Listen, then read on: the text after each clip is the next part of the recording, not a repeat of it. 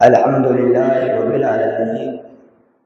والصلاة والسلام على سيد الأنبياء والمرسلين وعلى آله الطيبين الطاهرين ومن اتبعهم أجمعين. قال الله تبارك وتعالى في القرآن المجيد: وما أرسلناك إلا رحمة للعالمين. صدق الله العظيم وبلغنا رسوله النبي الكريم، ونحن على ذلك من الشاهدين والشاكرين والحمد لله رب العالمین. آئیے ہم اور آپ عقیدت و احترام کے ساتھ سارے عالم کے مالک و مختار حبیب پروردگار ارواحنا فدا جناب محمد رسول اللہ صلی اللہ تعالی علیہ وسلم کی بارگاہ عالیہ شریف میں جھوم کر عقیدت کے ساتھ درود پاک پڑھیں. اللہم صلی علی سیدنا مولانا محمد عدد ما فی علم اللہ صلاۃ دائمۃ بدوام ملک اللہ صلی اللہ علیہ وسلم. حضرات محترم، اللہ کا لاکھ لاکھ شکر ہے کہ 1 تاریخ سے لے کر کے اب تک کہ اللہ نے ہمیں توفیق بخشی کہ ہم سرکار صلی اللہ علیہ وسلم کی میلاد کی محفل منعقد کرتے رہیں اور اس میں شرکت کی سعادتیں حاصل کرتے رہیں، سرکار کی بارگاہ سے برکتیں حاصل کرتے رہیں. کیونکہ آج 10 تاریخ ہے، 11 تاریخ لگ گئی ہے. اب اس سال کا ماہ نور کا پروگرام مسجد کے اندر آخری ہے. کل چونکہ باہر ہونا ہے پروگرام، آج یہ آخری ہے. دعا کریں اللہ ہم سب کو بار بار اس مجلس کو سجانے، منعقد کرنے، منانے کی مولا توفیق عطا فرمائے. یقیناً میرے پیارے، یہ 10 دن ایسے گزر گئے پتہ نہیں چلا. یقیناً ایسے گزر گئے پتہ نہیں چلا. جو نہیں آئے وہ سوچتے ہیں میں نے بڑا کام کر دیا. جو نہیں آئے وہ سوچتے ہیں میں نے بڑا کام کر دیا. ارے تم کبھی تنہائی میں غور کرو اور اپنے آپ پہ ماتم کرو کہ تم سے کون سی خطا ہو گئی ہے کہ سرکار نے تمہیں اپنی مجلس میں نہیں بلایا ہے. تم سے کون سی خطا ہو گئی، تم سے کون سا گناہ سرزد ہو گیا جس کی وجہ سے سرکار نے تم سے نظر رحمت پھیر لی ہے. ورنہ ہر کسی ایرے گیرے کی بس کی بات نہیں ہے سرکار کی مجلس میں آنے کی. سرکار کی بارگاہ سے بلاوا آتا ہے، سرکار کی بارگاہ سے اذن ملتا ہے، سرکار کی بارگاہ سے اجازت ہوتی ہے، پھر کہیں جا کے ہم سرکار کی مجلس میں آتے ہیں، پھر کہیں جا کے ہم سرکار کی مجلس مناتے ہیں، پھر کہیں جا کے ہم سرکار کا ذکر کرتے ہیں. اور یہاں پہ آنا، کئی روایتیں میں نے آپ کو بیان کی، 1 تاریخ سے لے کر کے 10 تاریخ آج تک کے کئی روایتیں بیان کی کہ یہ مجلس ایسی مجلس ہوتی ہے گویا کہ جنت کے باغوں میں سے ایک باغ ہے. پہلی بات تو اللہ کا گھر خود ہی جنت ہے، اللہ کا گھر خود ہی جنت ہے. دوسری بات سرکار کی میلاد کی مجلس یہاں پہ بنائی گئی ہے تو اور جنت میں جنت، سبحان اللہ. اور اس مجلس میں آنے کی برکتیں کتنی ہیں. 1 تاریخ سے لے کر کے اب تک کے بیان کر دو. ہم کہنے کچھ بھی نہ ملے، ہم کہنے کچھ بھی نہ ملے، عاشقوں کو تو بس محبوب کی باتیں سنائی جائیں. عاشقوں کے لیے تو بس یہی کافی ہے کہ محبوب کا تذکرہ ہو. عاشقوں کے لیے بس یہی کافی ہے کہ محبوب کی باتیں ہو. اور محبوب کی جب بات یہاں ہو رہی ہے تو میرے حبیب کتنے خوش ہو رہے ہوں گے. سبحان اللہ. اللہ خود ارشاد فرماتا ہے، اللہ رب العزت، چونکہ اللہ رب العزت کی بارگاہ سے ہر کوئی امید رکھتا ہے، ہر کوئی چاہتا ہے کہ اللہ مجھ سے راضی ہو. نماز کیوں پڑھتے ہیں، روزہ کیوں رکھتے ہیں، زکوٰۃ کیوں دیتے ہیں، صدقات و خیرات کیوں ادا کرتے ہیں، یہ تمام چیزیں کیوں کرتے ہیں؟ تو ہر مومن کی تمنا یہ ہوتی ہے کہ ان تمام چیزوں کے ذریعے اللہ مجھ سے راضی ہو جائے. اللہ مجھ سے خوش ہو جائے، نماز پڑھیں اللہ راضی ہونے کے لیے، روزہ رکھتے ہیں اللہ کو راضی کرنے کے لیے، زکوٰۃ ادا کرتے ہیں اللہ کو راضی کرنے کے لیے، حج کا جو طواف کرتے ہیں، حج جاتے ہیں، جو مدینہ جاتے ہیں، مکہ معظمہ جاتے ہیں، حج کرتے ہیں، کیوں؟ اللہ کو راضی کرنے کے لیے۔ صفا مروہ پہ دوڑ لگاتے ہیں اللہ کو راضی کرنے کے لیے، مقام ابراہیم پہ 2 رکعت نماز ادا کرتے ہیں، کیوں؟ اللہ کو راضی کرنے کے لیے۔ میدان عرفات میں حاضر ہوتے ہیں، کیوں؟ اللہ کو راضی کرنے کے لیے۔ یہ تمام چیزیں ہیں جس سے اللہ راضی ہوتا ہے۔ ہر کوئی اللہ کی رضا چاہتا ہے میرے پیارے، لیکن میرے حبیب وہ ہے، سرکار وہ ہے، مصطفیٰ جان رحمت وہ ہے جن کی رضا خود رب کائنات چاہتا ہے، جن کی رضا خود اللہ رب العزت چاہتا ہے۔ تو اے میرے پیارے محترم، ہم نے سرکار کا ذکر کیا ہے، ہم نے سرکار کی باتیں کی ہے، ہم نے سرکار کا تذکرہ کیا ہے، یقیناً ہمارے آقا ہم سے راضی ہو گئے ہوں گے، ہمارے آقا ہم سے خوش ہو رہے ہوں گے، اور جس سے اللہ کے رسول راضی اور خوش ہو جائے، میرا اللہ اس سے خوش ہو جاتا ہے۔ میرا اللہ صرف خوش نہیں ہوتا ہے بلکہ قرآن مقدسہ کی آیت کریمہ کے حوالے سے میں آپ کو اگر بتاؤں تو صرف اللہ بندے سے راضی نہیں ہوتا، جو سرکار کا ذکر کرتا ہے اس سے صرف اللہ راضی ہی نہیں ہوتا ہے بلکہ ایسے بندے کو اللہ اپنا محبوب بندہ بنا لیتا ہے۔ فَاتَّبِعُونِي يُحْبِبْكُمُ اللَّهُ، اللہ فرماتا ہے فَاتَّبِعُونِي يُحْبِبْكُمُ اللَّهُ، میرے محبوب کی اتباع کرو، میرے محبوب کے حکم پر عمل کرو، میرے محبوب کی باتیں کرو، میرے محبوب کا تذکرہ کرو، میرے محبوب کی شان بیان کرو، میرے محبوب جہاں جہاں میرا محبوب جائے پیچھے پیچھے چلے جاؤ، جو میرا محبوب کرے اپنی عادت میں شامل کرو، جس سے میرا محبوب منع کر دے پھر باز آ جاؤ۔ اور جب تم ایسا کرو گے اللہ فرماتا ہے یحببکم اللہ، اللہ تمہیں اپنا دوست بنائے گا، اللہ تمہیں اپنا محبوب بنائے گا، اللہ تمہیں اپنے بارگاہ کا قرب عطا کرے گا۔ اور صرف اتنے پہ بس نہیں، فرمایا یحببکم اللہ یغفر لکم ذنوبکم، اللہ صرف محبوب بندہ نہیں بنائے گا بلکہ اس بندے کے گناہوں کو معاف فرما دے گا،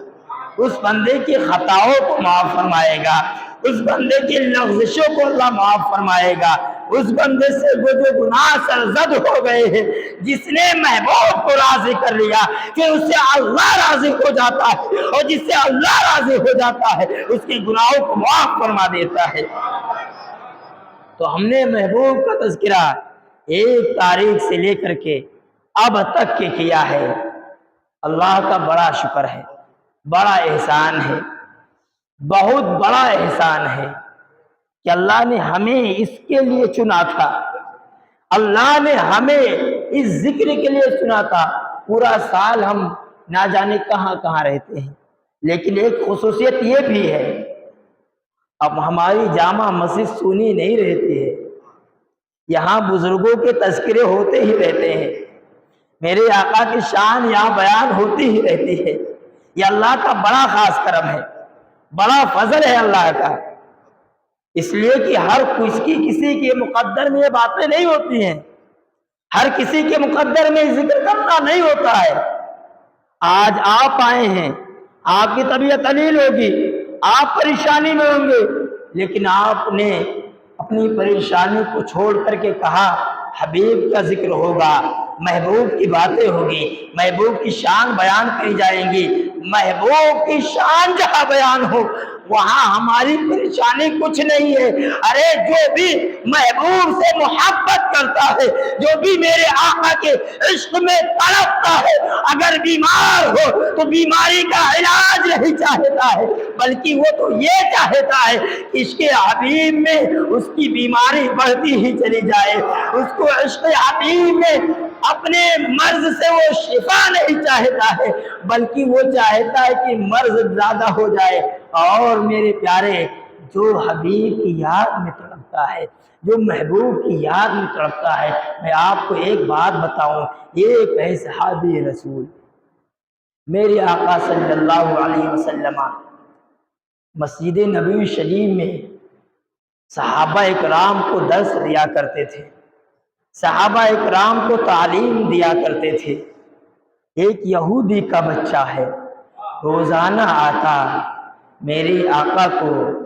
مسجد نبوی شریف کے باہر سے دیکھتا، دیکھ کے چلا جاتا۔ کتنے میرے آقا حسین تھے، کتنے میرے آقا خوبصورت تھے، کتنے میرے آقا جمیل تھے، کتنے حسین میرے آقا۔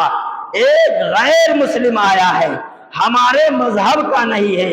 آیا ہے، سرکار کو دور سے دیکھا ہے اور پھر دور سے دیکھ کر کے میرے آقا پہ سب کچھ قربان کر دیا ہے، میرے آقا کا ہو کر رہ گیا ہے، میرے آقا کی بارگاہ کا وہ شیدائی ہو گیا ہے، میرے آقا کا وہ عاشق ہو گیا ہے۔ اب وہ روزانہ آتا ہے مسجد نبوی شریف کے گیٹ سے، دور سے وہ آقا کو دیکھ لیتا ہے، پھر چلا جاتا ہے، پھر آتا ہے، پھر دیکھتا ہے، پھر چلا جاتا ہے، چلا جاتا ہے۔ اب عشق بڑھتا گیا، عشق مچلنے لگا، عشق زیادہ ہوتا گیا، محبت بڑھتی گئی، پیار بڑھتا گیا۔ اللہ اکبر پیارے، ادھر محبت بڑھ رہی تھی، اب اتنی محبت ہو گئی کہ میرے آقا کے عشق میں اس طرح وہ گرفتار ہو گیا، میرے آقا کی محبت میں اس طرح وہ گرفتار ہو گیا کہ اب وہ کھانا اسے اچھا نہیں لگتا ہے، پانی پی رہا ہے پانی اچھا نہیں لگتا ہے،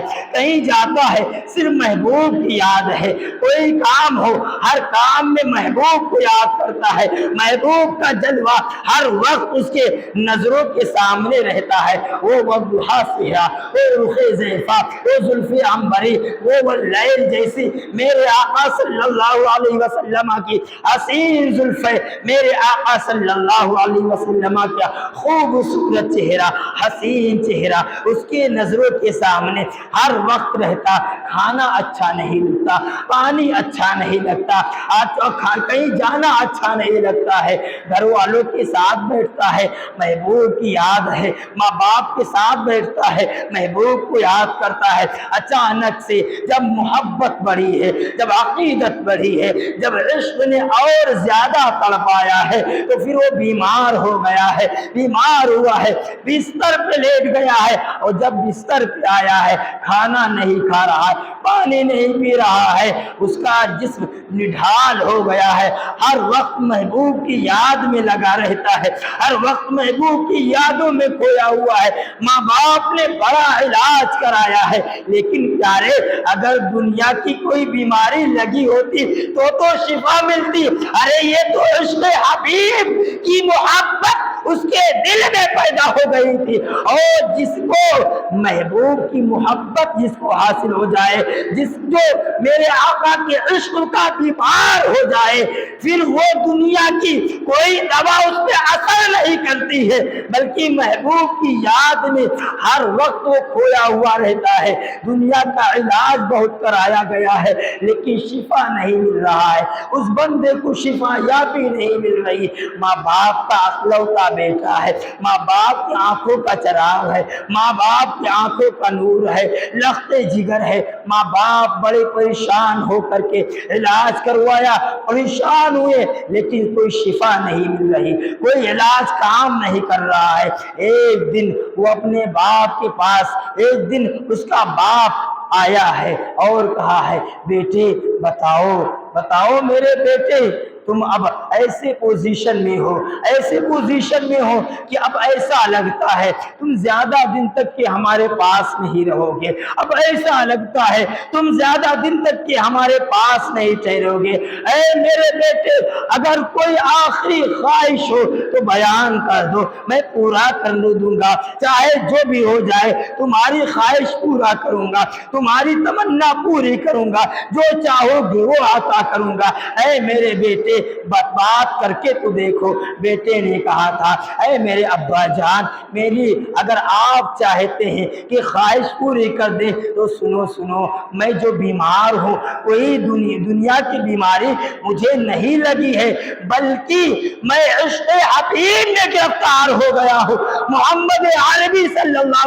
علیہ وسلم کی محبت کا بیمار ہو گیا ہوں، ان کی محبت میں گرفتار ہو گیا ہوں۔ جب اتنا سنا، چونکہ وہ یہودی تھا، اس کا بیٹا بھی یہودی، ماں بھی یہودیہ ہے، اس کا پورا خاندان یہودی ہے، تو آپ نے سنا کہ یہ مسلمانوں کے پیغمبر سے محبت کرتا ہے، مسلمانوں کے پیغمبر کے عشق میں گرفتار ہو گیا ہے، مسلمانوں کے پیغمبر سے یہ پیار کر رہا ہے۔ باپ کو جلال آیا ہے، غصہ آیا ہے، لیکن باپ نے چونکہ کہا تھا بیٹا تمہاری آخری خواہش کچھ بھی ہو جائے پورا کروں گا، کچھ بھی ہو جائے تمہاری آخری خواہش ضرور پورا کروں گا، تو بیٹے نے کہا ابا جان میں انہی کا شیدائی ہوں، میں ان کی زلفوں کا اسیر ہوں، ان کی محبت کا میں گرویدہ ہوں، ابا جان اگر میری آخری خواہش پورا کرنا چاہتے ہیں تو پھر میرے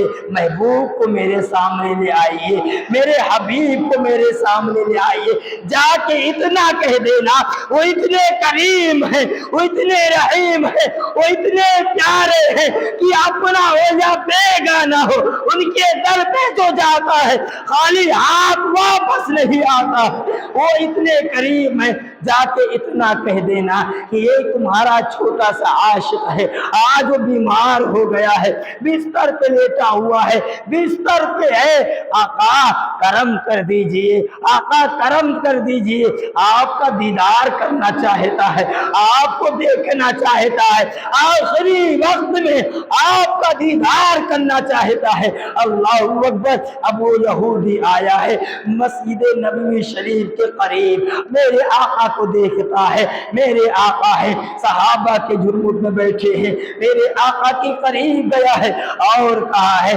میرا بیٹا ہے آج وہ مرنے کے قریب ہے، لیکن اس کی تمنا ہے آقا آپ آخری بار اپنا دیدار کرا دیں، آقا آخری بار آپ چل کر کے سرہانے کھڑے ہو کر کے اس کو تسلی دے دیں۔ اے میرے پیارے، اب میرے کریم آقا ہیں، میرے آقا صلی اللہ علیہ وسلم ہے، صحابہ سے کہتے ہیں اے میرے صحابہ چلو ایک عاشق کو دیکھ کر آتے ہیں، چلو ایک عاشق کی عیادت کر کے آتے ہیں، ایک عاشق کو دیکھ کر آتے ہیں۔ اب میرے آقا صحابہ کرام کے قافلے کو لیتے ہیں اور سید الانبیاء آ رہے ہیں، یہودی کے گھر آئے ہیں، وہ لڑکا کھڑا ہے، وہ لڑکا بستر پہ لیٹا ہوا ہے، ابھی آنکھ نہیں کھول رہا تھا، لیکن محبوب جب آئے ہیں اور اس کے باپ نے کہا بیٹے تمہارے حبیب آ گئے ہیں، تمہارے محبوب آ گئے ہیں، جن سے تم محبت کرتے ہو وہ آ گئے ہیں، بیٹے آنکھ کھول دو، دیدار کر لو۔ اللہ اکبر، اللہ اکبر۔ سرے بالی انہیں رحمت کی ادا لائی ہے، سرے بالی انہیں رحمت کی ادا لائی ہے، حال بگڑا ہے تو بیمار کی بن آئی ہے، حال بگڑا ہے تو بیمار کی بن آئی ہے، دور دراز سے لوگ ان کے چہرے کی زیارت کے لیے سفر کرتے ہیں، دور دراز سے محبوب کو دیکھنے کے لیے جاتے ہیں، لیکن اس عاشق کی شان کتنی بلند ہے، یہ عاشق کتنا عظیم ہے کہ محبوب خود اس کے گھر آئے ہیں، میرے آقا خود اس کے گھر آئے ہیں، میرے آقا سرہانے کھلے ہیں، کہا ہے بیٹے آنکھ کھولو، دیکھو محمد رسول اللہ تمہارے سرہانے کھڑا ہے، دیکھو میں تمہارے سرہانے کھڑا ہوں۔ اے میرے پیارے محترم، اس نے آنکھ کھولا ہے اور عرض کیا ہے آقا آقا آقا میں گنہگار ہوں، کیا مجھے جنت ملے گی؟ آقا مجھے کیا جنت مل سکتی ہے؟ میرے آقا نے فرمایا کلمہ پڑھ لو جنت میں چلے جاؤ، کلمہ پڑھ لو جنت میں چلے جاؤ۔ اس نے کہا آقا دیر نہ کرے، یہ جو سانس باقی ہے اگر ایسا نہ ہوا کہ ایسا نہ ہو کہ کلمہ